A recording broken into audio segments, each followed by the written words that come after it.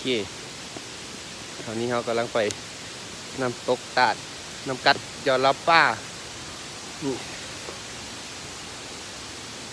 ทางที่มา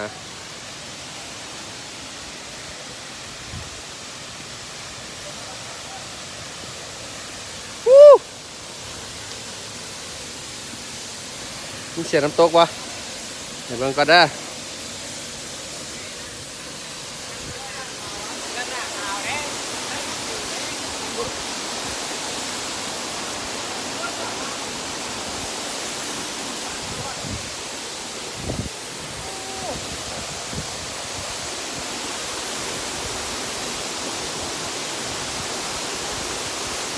น้ำกัดยอดละป้า